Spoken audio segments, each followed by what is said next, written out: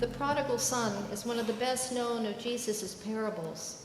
Even persons not familiar with the Christian scriptures often know the story of the dissolute younger son who asked his father for his share of his inheritance, a practice in ancient Hebrew times which was the equivalent of saying, "I want you dead." An incredibly cruel thing to do in light of this culture's emphasis on honor. And upon receiving his share, the younger brother squanders it in spectacular fashion.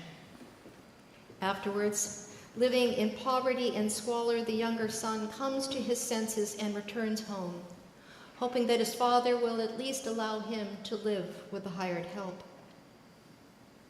But instead, his father welcomes him back with open arms and throws a lavish party to celebrate his son's return to the family that thought they had lost him and didn't know if he'd ever return. In terms of our own faith journeys, many of us might know what it's like to be the prodigal son or daughter or person, having at some point wandered far away, only to feel the overwhelming embrace of God upon our return. However, this story has more than one character. And while many of us may be able to relate to the dissolute younger son of having been selfish and self-centered, and yet welcome back into love's embrace, we also can, whether we want to admit it or not, relate to the older brother as well. And it is through his story that we understand that there's more than one way to squander an inheritance.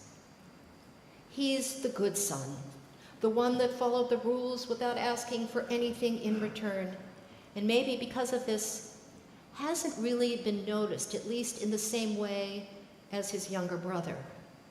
Because on the face of things, everything seemed fine.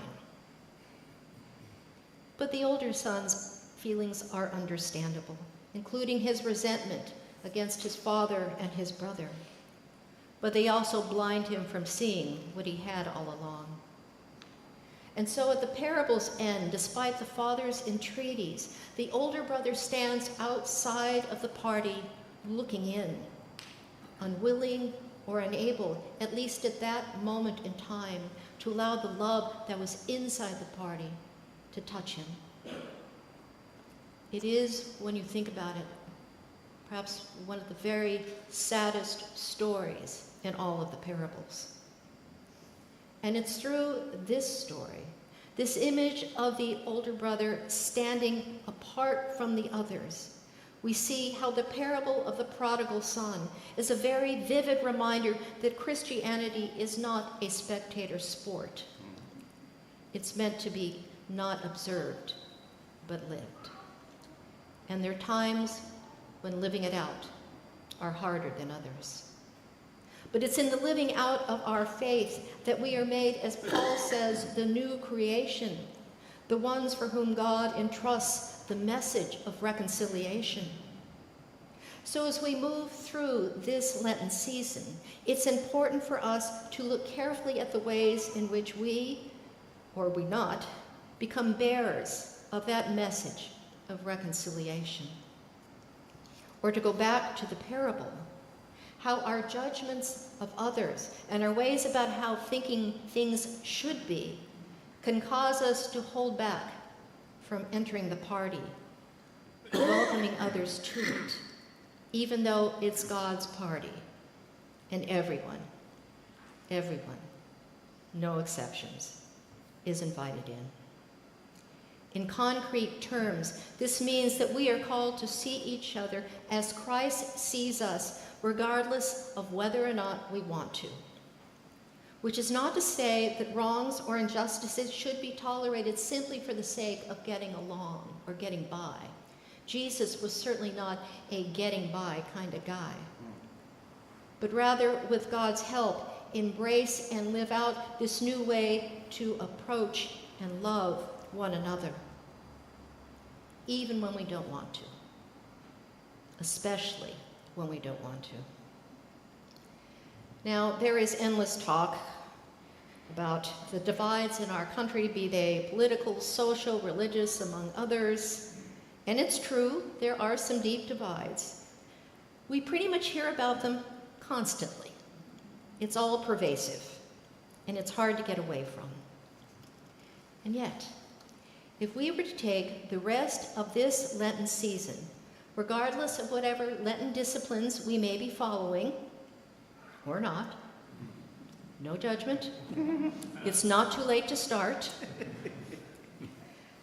and endeavor to see people by and with the grace of God, not as caricatures, but as people equally beloved by God with their own needs, wants, fears, and hopes, and very likely backgrounds we know absolutely nothing about. Because when we do, chances are we will be humbled, perhaps even chastised, not only by our assumptions, but also shown God's presence in ways that we would never, ever see or experience otherwise. A simple story. A woman I went to seminary with ended up going on a mission trip with a, let's just say, a much more evangelical church than the one she typically went to. Overall, the people in this particular group of people and how she ended up with them, God only knows. God does.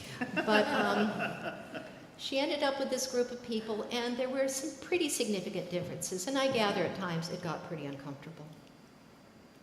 However, not long after she got home, her brother was in an absolutely horrendous motorcycle accident, and it looked like he wasn't going to survive.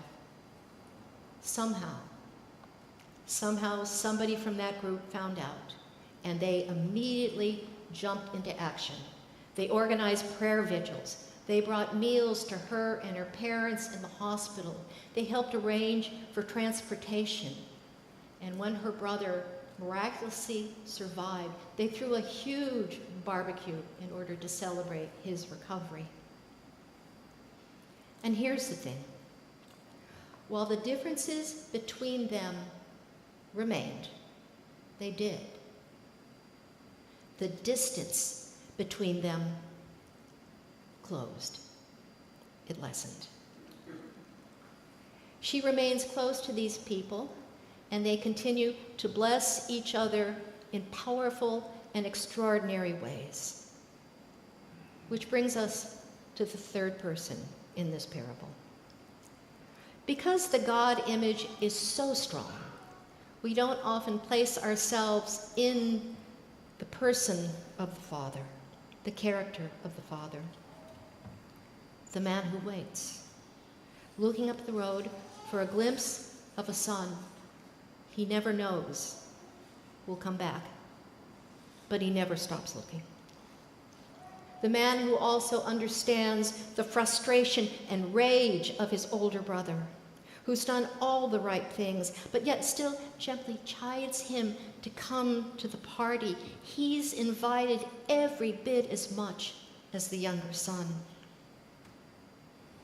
What if we were to approach each other with his open heart? What if we welcomed each other as Christ welcomes us, with all our imperfections, mistakes, and judgments against each other, and even about ourselves?